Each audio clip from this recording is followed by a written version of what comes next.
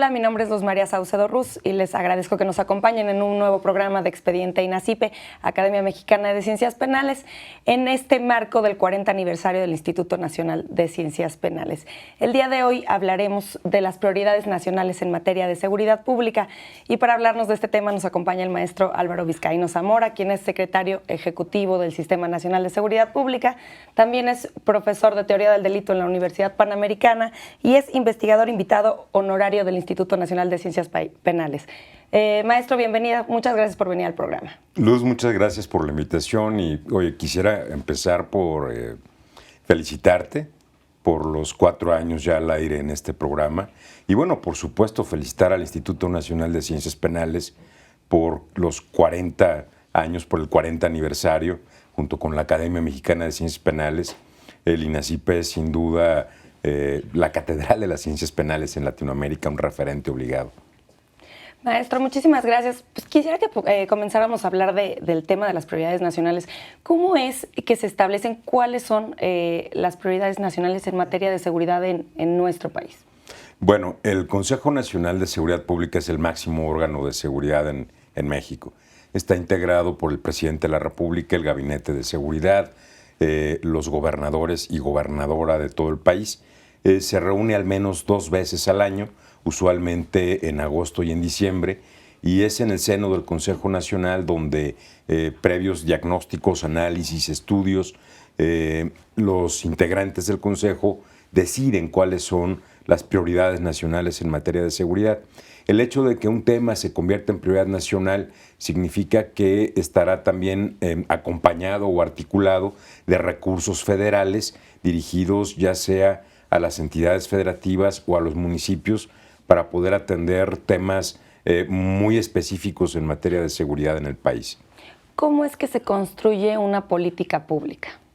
Bueno, precisamente a partir de un diagnóstico, a partir de datos duros, de la incidencia delictiva, por ejemplo, de toda la información que tenemos disponible, información que procesa el Centro Nacional de Información del Secretariado Ejecutivo, pero también muchas otras áreas e instituciones federales, es que se toman las decisiones que resulten más adecuadas para fortalecer la seguridad en el país. Por ejemplo, si analizamos la incidencia en materia de secuestro, hace algunos años resultó conveniente crear un modelo especial para poder combatirlo. Entonces se genera el modelo de las llamadas UECs, las unidades especializadas de combate al secuestro. El modelo tiene un componente de cuál es el perfil de los integrantes, cómo deben ser capacitados, qué tipo de equipamiento e infraestructura deben tener, y el Consejo Nacional decide que es una prioridad que cada procuraduría del país tenga una unidad contra el secuestro. Hay unidades de acuerdo al tamaño del problema de cada entidad, pequeñas, medianas o grandes, y a ellos se le acompañan recursos públicos, recursos federales, y el secretario ejecutivo después evalúa cuál fue el resultado. Entonces se parte de un diagnóstico, se toma la decisión sobre la prioridad nacional, se construye el modelo, se implementa el modelo, se asignan recursos, se evalúa la utilización de los recursos. Ese es el modelo que seguimos en materia de implementación de políticas públicas en materia de seguridad. Usted nos platica que en el Consejo Nacional es donde se plantean y se aprueban. ¿Podríamos hablar un poquito más, de manera más global, del Sistema Nacional de Seguridad Pública? ¿Quiénes lo conforman? Bueno, el Sistema Nacional de Seguridad Pública, además, por supuesto, en el marco de este Consejo Nacional de Seguridad, está integrado también por las conferencias nacionales. La Conferencia Nacional de Procuradores, la Conferencia Nacional de Secretarios de Seguridad Pública, la Conferencia del Sistema Penitenciario, la Conferencia de Seguridad Pública Municipal. Son 4 conferencias que articulan propuestas en el seno de este consejo, donde, como ya señalé, está el presidente, el Gabinete de Seguridad, esto es el secretario de Gobernación, el secretario de la Defensa, el secretario de Marina, la Procuradora General de la República, el Comisionado Nacional de Seguridad, y donde pues se analizan todos estos problemas en materia de seguridad. Por cierto, el secretario ejecutivo del Sistema Nacional de Seguridad Pública cumple ya 20 años de haber sido fundado, en aquel entonces con una denominada Ley General que sienta las bases de coordinación del Sistema Nacional de Seguridad. Este año cumplió 20 años de estar articulando y operando las políticas de seguridad de este modo. Claro, ahora con una nueva ley, la Ley General del Sistema Nacional de Seguridad Pública, que es de enero del 2009. Maestro, profundizando un poco en lo que es el Secretariado Ejecutivo del Sistema Nacional de Seguridad Pública, porque también se podría prestar a confusión con la Comisión Nacional de Seguridad. ¿Cuál es la labor del secretariado que usted dirige? Bueno, el Secretariado Ejecutivo debe precisamente de vigilar el cumplimiento de los acuerdos del Consejo Nacional y tiene todo un marco legal que le permite actuar en el campo de la seguridad. Está integrado por el secretario ejecutivo, un servidor. Hay 3 centros nacionales: el Centro Nacional de Prevención del Delito y Participación Ciudadana, donde buscamos impulsar acciones y políticas de prevención; el Centro Nacional de Información, que articula bases de datos de información delictiva. El día 20 de cada mes subimos la información de la incidencia delictiva del país, que nos reportan las procuradurías a nuestra página web. El Secretariado Ejecutivo es usualmente un referente en materia de incidencia delictiva. Todo el mundo cita, con base en los datos del Secretariado Ejecutivo, la incidencia es tal en tal localidad. ¿Y de dónde viene esa información? Por ejemplo, la incidencia, ¿de dónde proviene? ¿Quiénes la generan? Las procuradurías de justicia o fiscalías de las entidades federativas tienen la obligación de reportarla al secretariado. El secretariado homologa la información, la articula de tal suerte que pueda ser comparada, por ejemplo, con la de otros países, conforme a las reglas de la ONU, conforme a las reglas del INEGI, y entonces se pone a la vista de todo mundo. De ahí la toman todos los actores: partidos políticos, académicos, investigadores, periodistas, todo aquel que tenga algo que decir sobre la incidencia delictiva del país. Y como usted nos comentaba, por ejemplo, en el caso del secuestro, también de estas cifras se parte para poder aplicar o crear políticas públicas en ciertos temas. En todos los casos, el análisis de la información es uno de los principales insumos para poder construir las políticas públicas, y no solo información sobre incidencia, la información sobre el uso de los recursos, la información, por ejemplo, de las características sociodemográficas de una comunidad, el análisis del estado de fuerza, esto es, del número de policías que tiene una comunidad específica, poder saber si ese estado de fuerza es suficiente para hacer frente a un problema de incidencia delictiva, si los policías están formados, si fueron a la academia. En muchos casos nos encontramos con policías que nunca pasaron por una academia o que no han completado su formación para el nuevo sistema de justicia penal acusatorio, o también la medición de control de confianza. Dentro del Secretariado Ejecutivo hay otros 2 centros. Ya mencioné el de prevención, ya mencioné el de información. Me falta uno, que es el Centro Nacional de Certificación y Acreditación, que es el que construye los lineamientos y articula las políticas en materia de control de confianza para todos los centros que hay en el país, tanto estatales como federales. Y ahí se mide el avance en materia de control de confianza de los integrantes de las instituciones de seguridad pública. Esto es, las evaluaciones de psicológicas, médicas, toxicológicas, poligráficas y de entorno social.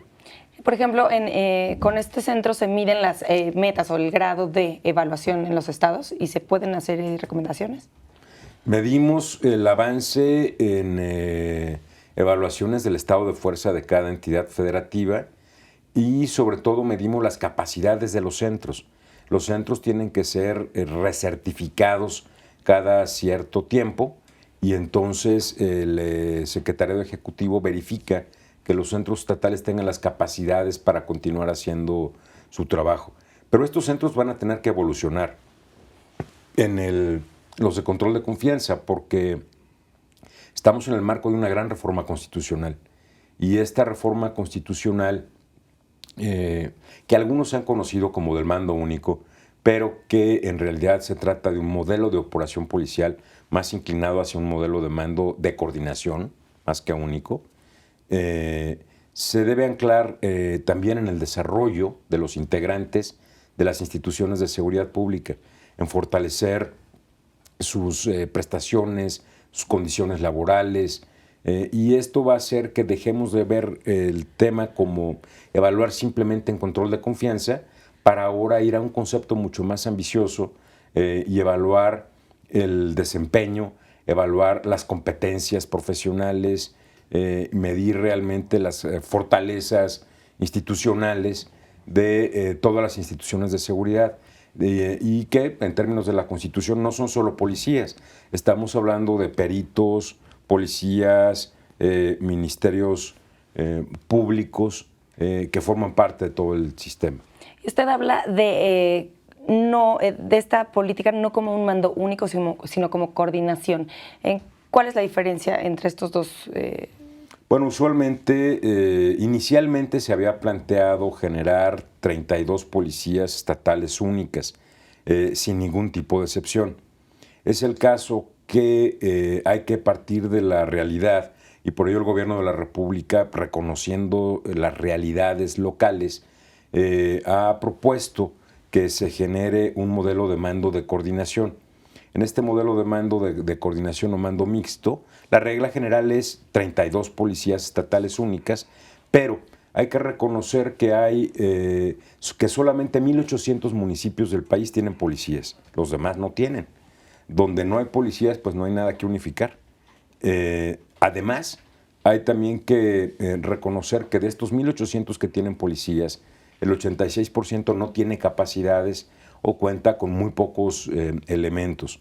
Pero también del otro lado hay algunos municipios del país que tienen policías fuertes, e incluso que la policía municipal es más fuerte que la estatal.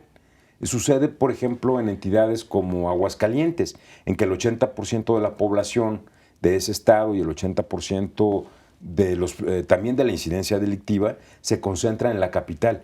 La policía del municipio de Aguascalientes es mucho más grande que la policía estatal. Entonces, reconociendo todo este tipo de realidades, o el caso Morelos ya tiene un mando único en prácticamente toda la entidad federativa, y no solo eso, tiene hasta la orquesta mando único. Ya van tan avanzados que ya generan una orquesta, le llaman mando único a su orquesta. Entonces, ya hay muchos modelos que hay que reconocer en el país para poder contar con un servicio eficaz de seguridad pública hacia los ciudadanos. En esos términos, la reforma constitucional va a tratar de articular estas realidades. Y conforme se vayan pues reforzando las policías municipales, ¿puede esto variar o es una situación que se queda fija, por ejemplo, para Morelos?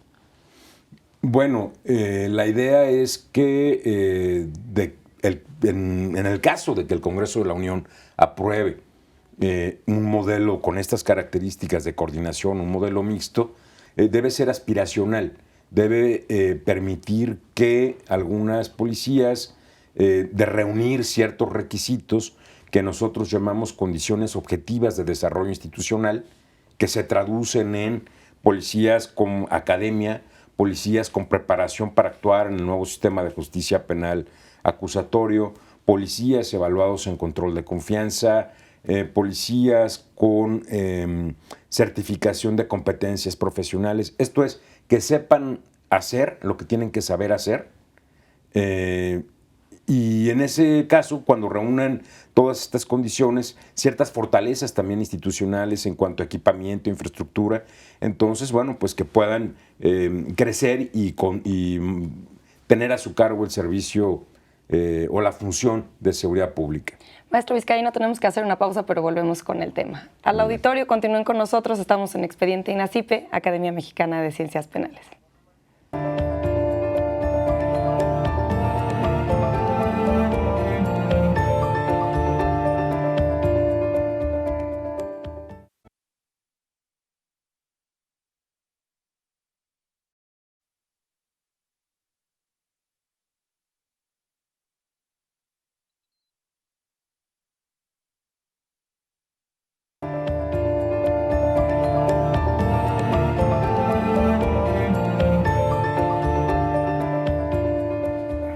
Gracias por continuar con nosotros en Expediente INACIPE, Academia Mexicana de Ciencias Penales. Les comento que pueden estar en contacto con nosotros a través de las redes sociales del canal judicial que aparecerán en sus pantallas. Los invito a hacernos referencia con el hashtag Cultura Jurídica.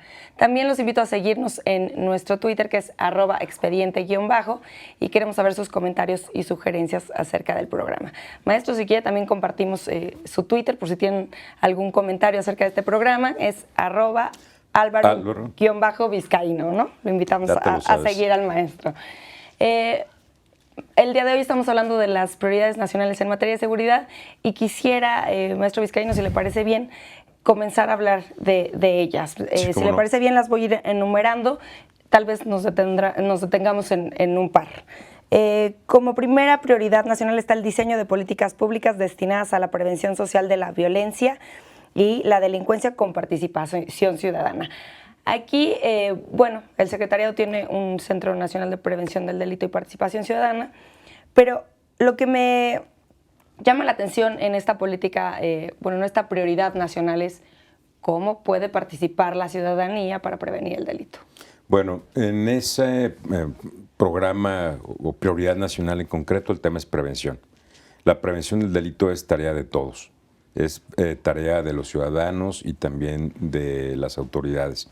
Y el tema número uno que desarrollamos en materia de prevención o que impulsamos son los centros de justicia para las mujeres. Es un modelo interesantísimo, integral, de atención a la mujer que sufre de maltrato, que sufre de violencia. Se han asignado muchos recursos en esta materia. Ya hay 28 centros construidos en todo el país, hay 13 que están en construcción, y en el modelo la mujer recibe primero una atención psicológica de primer impacto para poder contener de manera inicial la agresión que sufrió.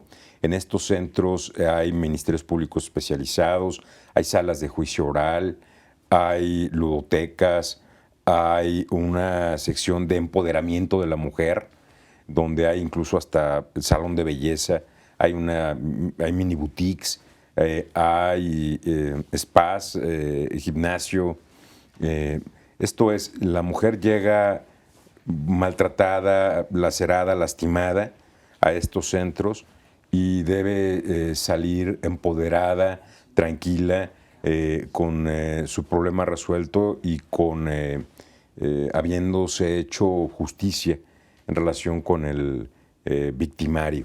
Este es un claro ejemplo de cómo ha traído beneficios a la sociedad, en este caso a las mujeres, una política o una prioridad nacional en materia de seguridad. Esta es una prioridad que impulsó el Consejo Nacional de Seguridad Pública. Es del interés principal del secretario de Gobernación, Miguel Ángel Osorio Chong.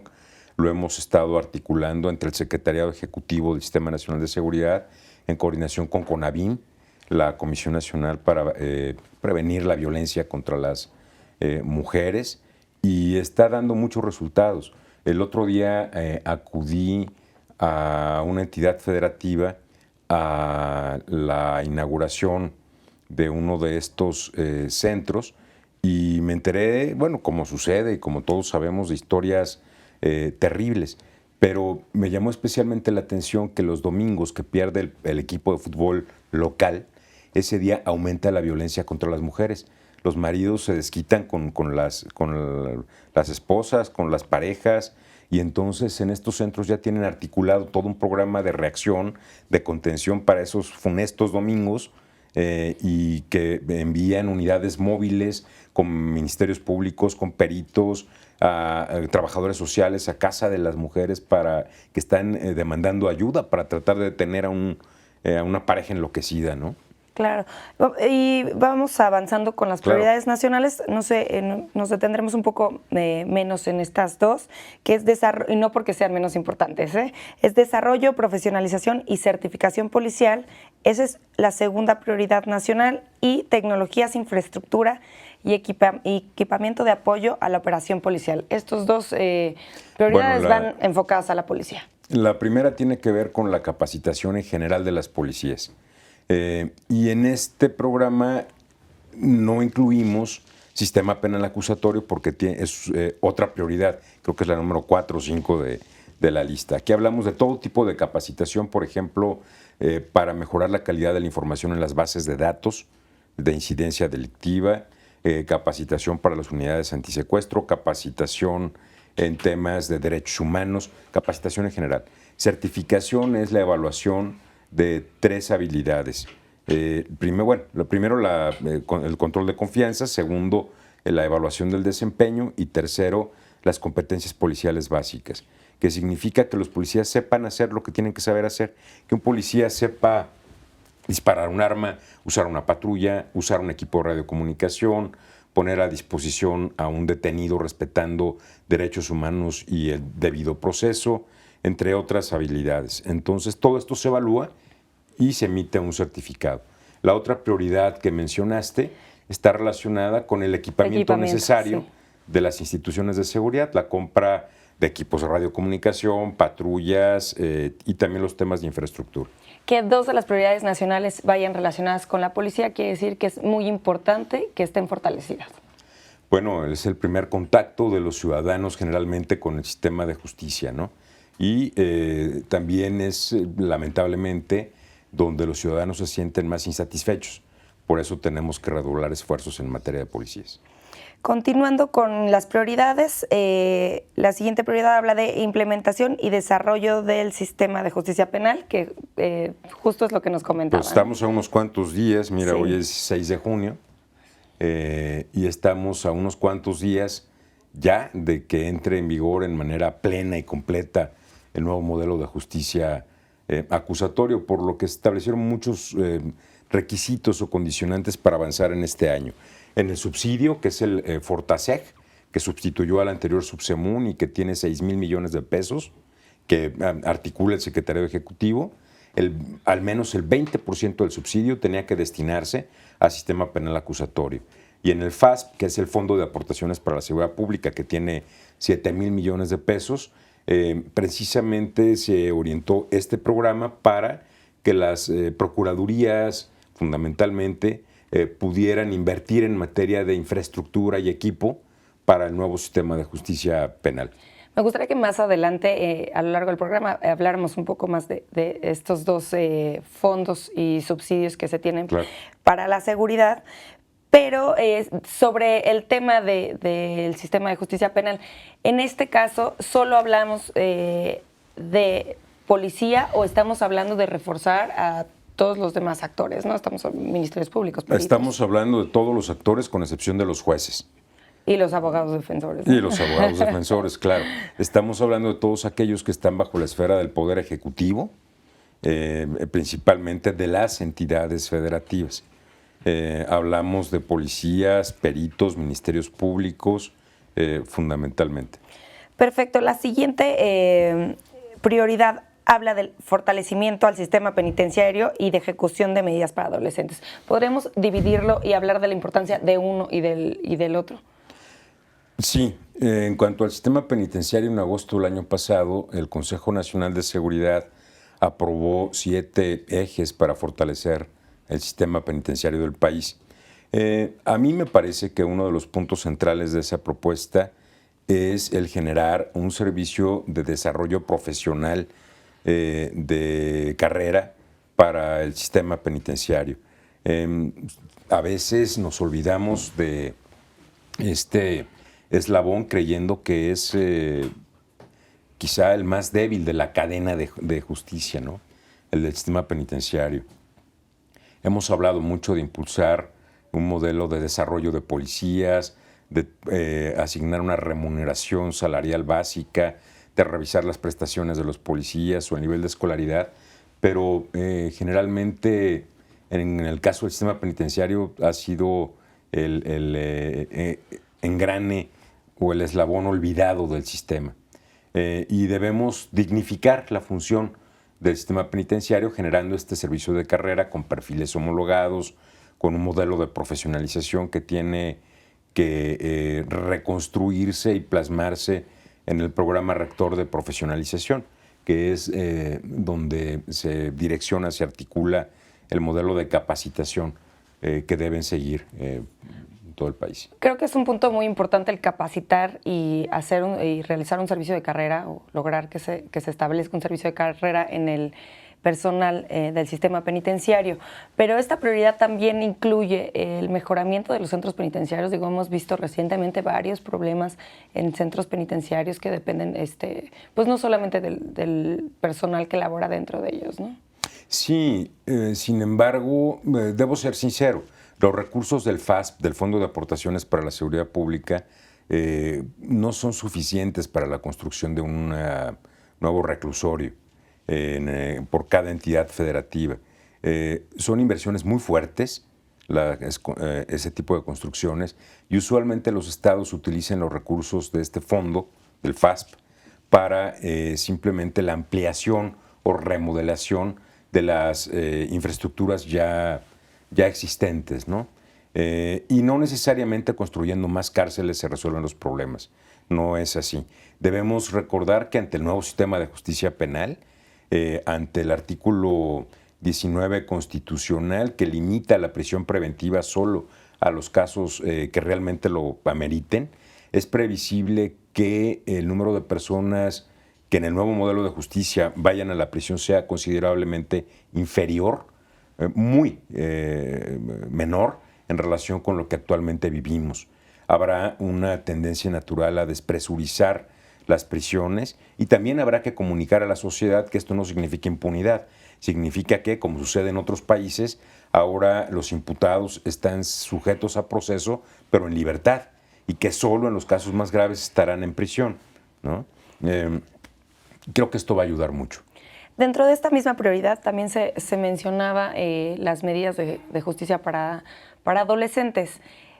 Este tema pareció quedar al final de la reforma de justicia penal, todavía quedaba pendiente la ley del sistema integral de justicia para adolescentes. Recientemente vino la senadora Angélica de la Peña a platicarnos de esto. ¿Qué es lo que está haciendo el gobierno de la República para reforzar este punto? Bueno, el tema de justicia de adolescentes es un tema que con frecuencia sube al debate, sube a la mesa, cada que nos enfrentamos ante la triste noticia de que algún menor de edad cometió alguna conducta contraria a las leyes penales. Y entonces escuchamos que es necesario disminuir la edad penal para castigarlos de una manera más temprana. Y no, en realidad me parece que mucho tenemos que hacer por el lado de la prevención social de la violencia, enfocándonos directamente hacia población juvenil en riesgo, por ejemplo, a través de políticas de prevención de adicciones, a través de la prevención del bullying, que bueno, todos cuando estudiábamos en la escuela yo viví bullying, no se llamaba bullying, pero ha adquirido, quizá la diferencia es que ha adquirido, dadas las redes sociales, dado Internet, dada la manera de comunicar las cosas ahora, otro carácter. Lastima más a la sociedad. Entonces, creo que hay que avanzar en esta ley que mencionó la senadora de la Peña, es fundamental. Ahí se contienen caminos, medidas, políticas que van a contribuir a resolver el problema y también avanzar por el lado de la prevención. Este punto tiene que estar incluido para que la reforma esté al 100%, la reforma del sistema de justicia penal. Sí, sin duda, los adolescentes forman parte del sistema de justicia, una parte muy importante de la justicia para adolescentes, y claro que tiene que estar incluido. Maestro, siguiendo con el tema de las prioridades, hay uno que también me llamó mucho la atención, es desarrollo de las ciencias forenses en la investigación de hechos delictivos. ¿Por qué es una prioridad el desarrollo de las ciencias forenses? Esto se refiere al fortalecimiento de las capacidades criminalísticas, fundamentalmente de las procuradurías, a fortalecer las condiciones con las que trabajan los laboratorios criminalísticos del país. Ese es el tema central. En algunos casos y hace algunos años se impulsaba, por ejemplo, que contaran con equipos de balística forense, algunos aparatos de los más modernos. Ahora estamos muy preocupados porque cuenten con equipos que permitan las técnicas de identificación de personas, de antropología forense, de genética forense, pelmatoscopía y algunas otras técnicas. Incluso hay laboratorios que están buscando la posibilidad de hacer estudios de cronotanatodiagnóstico. Esto es determinar cuánto tiempo lleva de muerto un cadáver a través del estudio o análisis de la fauna cadavérica, entomología forense. Todas las cosas que tienen que ver con la posibilidad de identificar una persona son una de las prioridades de los laboratorios de criminalística. En algunos casos hay que empezar por construir el laboratorio. Justo eso es lo que le iba a decir. O sea, todos los estados cuentan con uno porque también, bueno, tengo conocimiento y he estado en el laboratorio de la Procuraduría General de la República, o sea, en periciales, y pues es impresionante y está muy bien equipado. Pero ¿qué es lo que pasa en la República, no? Bueno, todas las procuradurías o fiscalías del país tienen un laboratorio, pero no todos tienen las capacidades o condiciones. Hay muchos que son de primer mundo y otros que tienen mucho trabajo por hacer. Quizá una de las principales deficiencias que hay en algunas instalaciones es la falta de forenses, de servicios médicos forenses, de anfiteatros, de lugar donde tener cadáveres o donde practicar las pruebas de medicina legal. Entonces, es también uno de los temas que estamos impulsando. Maestro, este tema creo que justo es algo que lleva el Secretariado Ejecutivo, Sistema Nacional de Información para la Seguridad Pública. ¿Por qué hay que reforzarlo? ¿Este sistema lo lleva el Secretariado? Sí, el Sistema Nacional de Información es precisamente el manejo de la coordinación, la supervisión de las bases de datos de información delictiva. Todas las instituciones públicas y privadas requieren de información para la toma de decisiones, para el análisis. Y lo que estamos haciendo es impulsar un nuevo modelo, un nuevo formato para el registro de la incidencia delictiva. El que actualmente se usa tiene ya muchísimos años, es obsoleto, y entonces se generó un nuevo modelo para el registro y modelo que está acorde a las directrices que establece el INEGI y también a las políticas internacionales en materia de registro de incidencia. Y que va a permitir entrar a un análisis más desglosado, más detallado, que también nos marcan las nuevas leyes, ¿no? El propio sistema de justicia penal acusatorio, nuevos tipos penales. Ahora podremos llevar un registro, por ejemplo, de feminicidios, que antes no se hacía. Podemos llevar un registro más puntual de víctimas. Podemos entrar al detalle en cuanto a la privación ilegal de la libertad en modalidad de secuestro. La ley de secuestro establece todo un catálogo o gama de tipos penales relacionados. Por ejemplo, lo que antes se conocía como el secuestro express, ¿no? La persona que es privada de la libertad por un corto plazo. En fin, estamos trabajando con las procuradurías estatales, con las fiscalías. Vinieron a México, tuvimos ya un seminario de buenas prácticas. Estamos en un proceso de capacitación. Este proceso de capacitación cuesta, y vamos a invertir este año más de 300 millones de pesos en fortalecer los sistemas de información del país.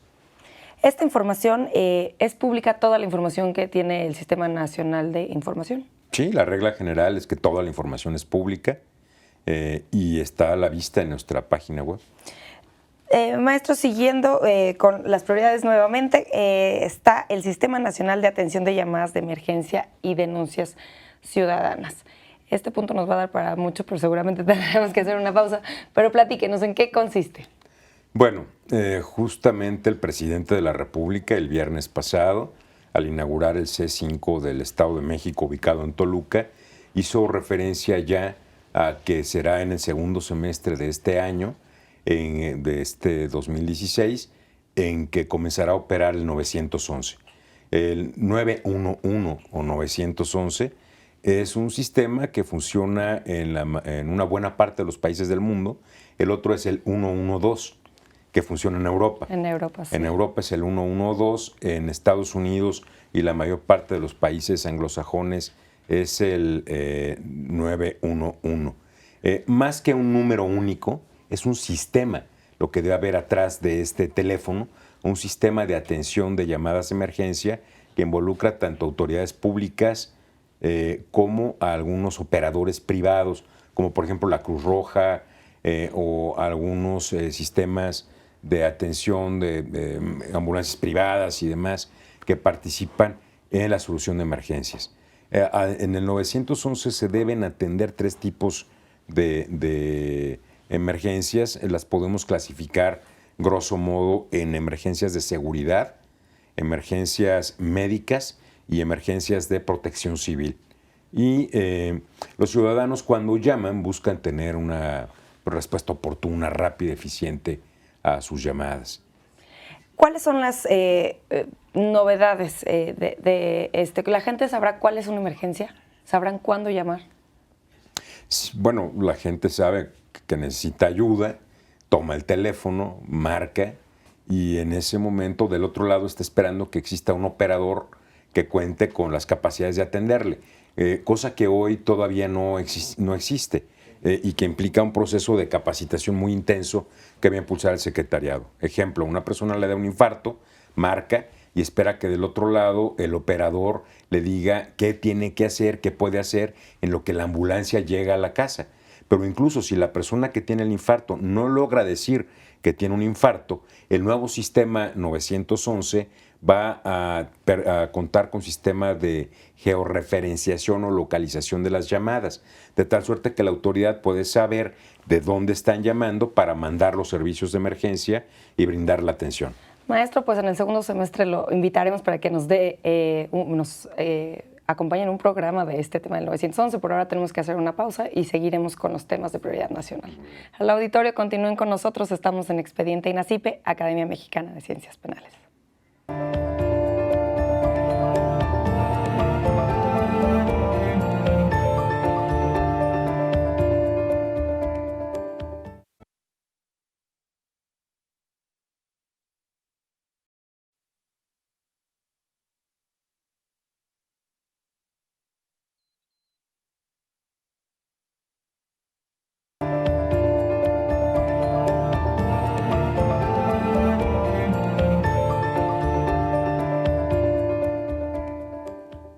Gracias por continuar con nosotros en Expediente INACIPE. Les comento nuevamente que pueden estar en contacto con nosotros a través de los números de teléfono del canal judicial que aparecerán en sus pantallas, sus redes sociales y nuestro Twitter, que es @expediente_. Los invitamos a seguirnos y darnos sus comentarios y sugerencias.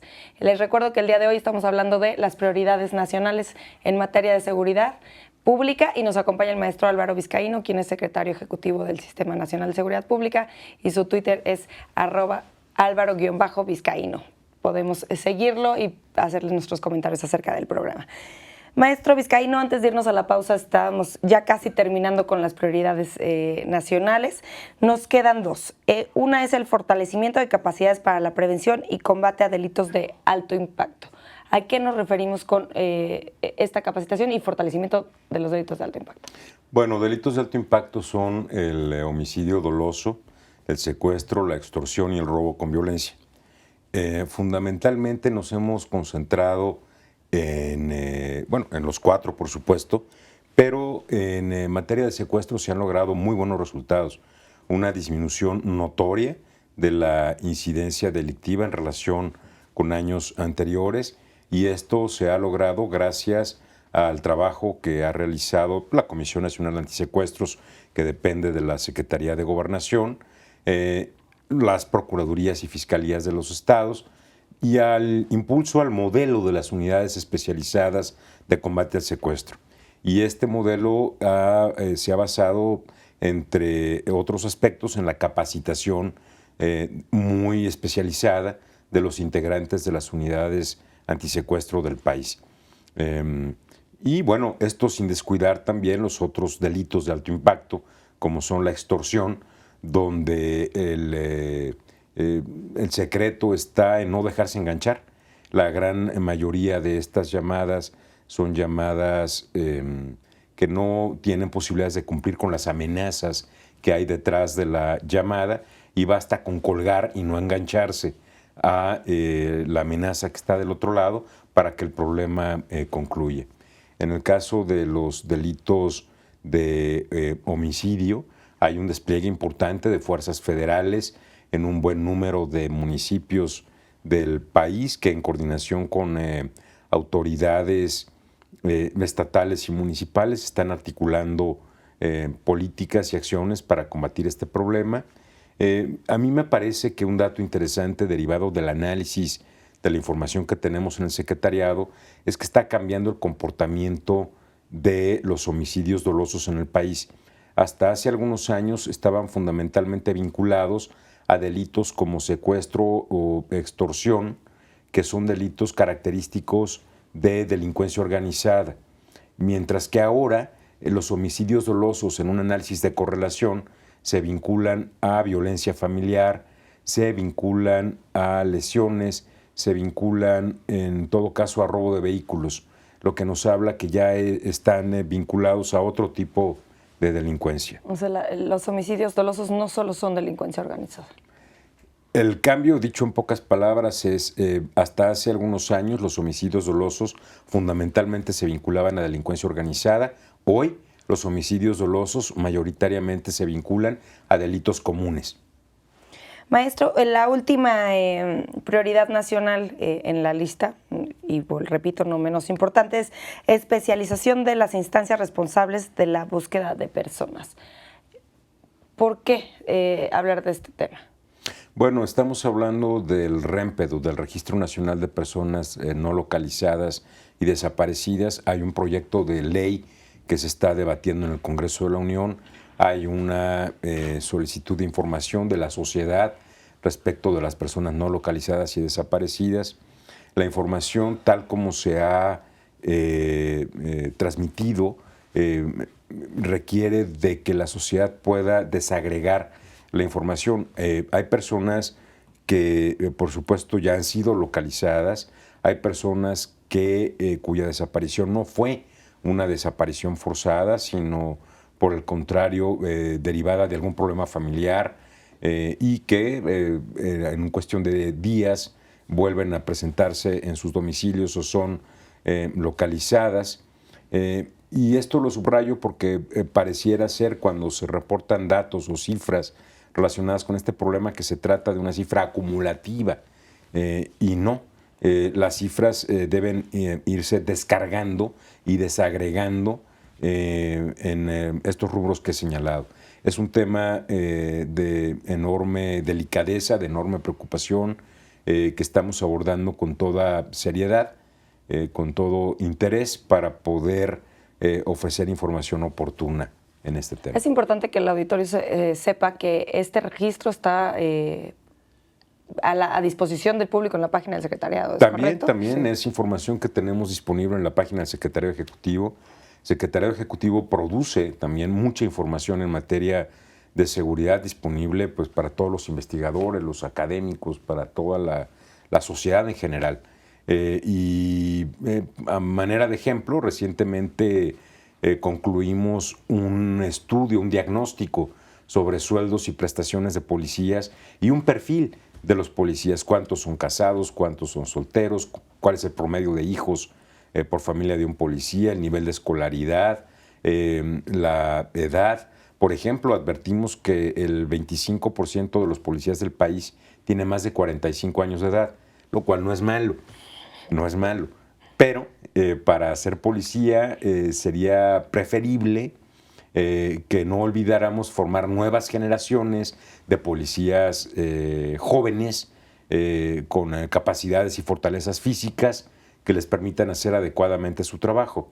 Este diagnóstico está a la vista en nuestra página web y es un material fundamental de política pública que invitamos a todo el mundo a consultar.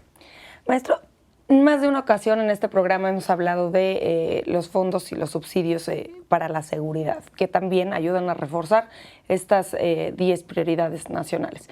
Quisiera que habláramos brevemente de en qué consisten y a quiénes se les da. Por ejemplo, el Fondo de Aportaciones para la Seguridad Pública, FASP, que es mejor conocido como FASP. ¿Qué es y a quién se le da? Es usted una experta en todos estos temas. Se trata de 13,000 millones de pesos que el Congreso de la Unión aprobó en el presupuesto de egresos de la Federación y se dividen en dos grandes bolsas. El FASP, o Fondo de Aportaciones para la Seguridad Pública, tiene en números, 7,000 millones de pesos y se dirige a las entidades federativas, a los gobiernos de los estados. Mientras que la otra bolsa es el subsidio. El subsidio es el Fortaseg y tiene 6,000 millones de pesos para fortalecer la seguridad de 300 municipios del país. Esos 300 municipios del país representan la mayor parte de los problemas.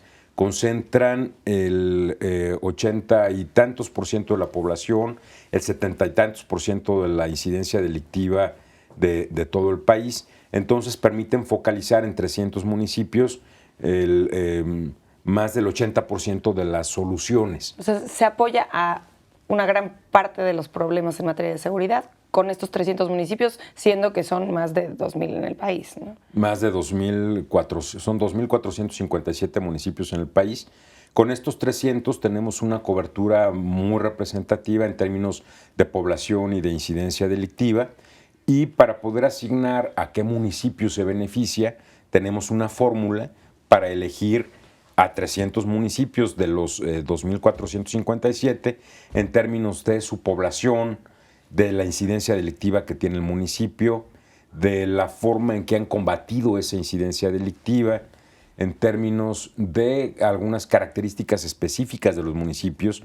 Por ejemplo, si es un municipio fronterizo o conurbado a uno de alta incidencia o conurbado a una gran zona metropolitana, o si se trata de un municipio turístico, de estos llamados pueblos mágicos, justifican por estas características tener un mayor acceso a recursos. Y también otro componente es el número de policías que tiene el municipio. Secretario, era muy conocido un subsidio que se llamaba Subsemun, que también, tengo entendido, dependía del Secretariado Ejecutivo. ¿Cuál es la diferencia entre el Subsemun, que tantos años tenía y tan famoso era, y ahora el Fortaseg? Esperemos que el Fortaseg sea tan famoso como el Subsemun. La diferencia es muy importante. Es el mismo subsidio, esto es en cuanto a que está dirigido a los municipios y es el subsidio para la seguridad de ellos. El Subsemun desaparece. Desaparece. Es el mismo subsidio desde el punto de vista de que es la continuación de un subsidio para el municipio, pero es completamente distinto en cuanto a sus metas y objetivos. Mientras que el Subsemun estaba orientado a comprar equipamiento y a infraestructura de manera fundamental, y estas son inversiones de corto plazo, gastar en patrullas y hacer una ceremonia en que se da el banderazo de salida a un determinado número de patrullas, puede ser muy vistoso para un presidente municipal, pero son inversiones de muy corto plazo. A veces las patrullas les duran un mes o dos, en el mejor de los casos un año. Mientras que invertir en las personas, como lo propone el Fortaseg, es una inversión de largo plazo. El 70% de la evaluación del subsidio está dirigida a que los municipios nos comprueben que han invertido en capacitación. En la medida en que lo comprueben, podrán acceder a el dinero, al 50% del recurso. Entonces, está condicionado en algunos candados y modalidades el que se dé prioridad a la profesionalización de las personas en el nuevo subsidio. Bueno, esto me parece muy interesante y que traerá beneficios a largo plazo a los municipios. Pero bueno, tanto para el Fortaseg como para el FASP pues está la pregunta obligada de cómo es que se verifica que se dé cumplimiento a las políticas establecidas, ¿no? Por ejemplo, a que se destine cierta cantidad de dinero a las prioridades nacionales. Bueno, esta es una tarea a cargo del Secretariado Ejecutivo. Tenemos un área específica que se encarga de verificar el cumplimiento de las obligaciones establecidas en convenios con los estados y con los municipios. En su caso, podemos practicar visitas de verificación in situ para corroborar la documentación o la información. Y si nosotros advertimos alguna irregularidad, damos vista a la Auditoría Superior de la Federación, que es el órgano que tiene facultades de comprobar que lo que estamos diciendo pues es así, y en su caso de solicitar a la Procuraduría General de la República, pues que establezca o determine las responsabilidades que sean conducentes o procedentes. Y sí, lamentablemente, en varias ocasiones hemos dado vista a la Auditoría Superior respecto de la falta de comprobación del uso o del destino de los recursos. Maestro, nos quedan 2 minutitos y me gustaría que nos dijera cuáles son los retos. Yo iba a dividir corto, mediano y largo plazo, pero los retos generales en materia de seguridad para la Los República. grandes retos son este año la implementación del sistema de justicia penal acusatorio. No es una tarea acabada. Continuaremos en los próximos años con esto. Nadie puede decir ya aprendí. Seguirá siendo una prioridad nacional. Aprender es un verbo que no se conjuga en pretérito, en pasado, pues ya aprendí. Estamos aprendiendo y debemos seguir aprendiendo. Esa es la tarea del sistema penal acusatorio. El 911 es sin duda para el Secretariado Ejecutivo uno de los grandes retos que tenemos, impulsar una gran campaña de comunicación para que la sociedad pueda comprender este servicio y estar debidamente informada. Es homologar los sistemas de videovigilancia del país. Firmamos un convenio con el Politécnico Nacional para este efecto y generar modelos que permitan establecer que es un C2, C4, C5, estos centros de videovigilancia, de comunicación, cómputo, comunicaciones. Creo que son algunos de los grandes retos que tiene el secretariado, trabajar más en prevención de la mano de la Subsecretaría de Prevención del Delito de SEGOV, articular los fondos que tienen ellos, el PRONAPRED, con las bolsas nuestras. Maestro Vizcaíno, muchísimas gracias por haber venido a platicarnos acerca de las prioridades nacionales en materia de seguridad. Luz, gracias por la invitación. Felicidades de nuevo por tus 4 años aquí y felicidades al INACIPE por sus 40. Le agradezco muchísimo. Gracias. Al auditorio los invito a que nos acompañen la próxima semana. Recuerden que estamos celebrando el 40 aniversario del Instituto Nacional de Ciencias Penales. No se pierdan Expediente la próxima semana.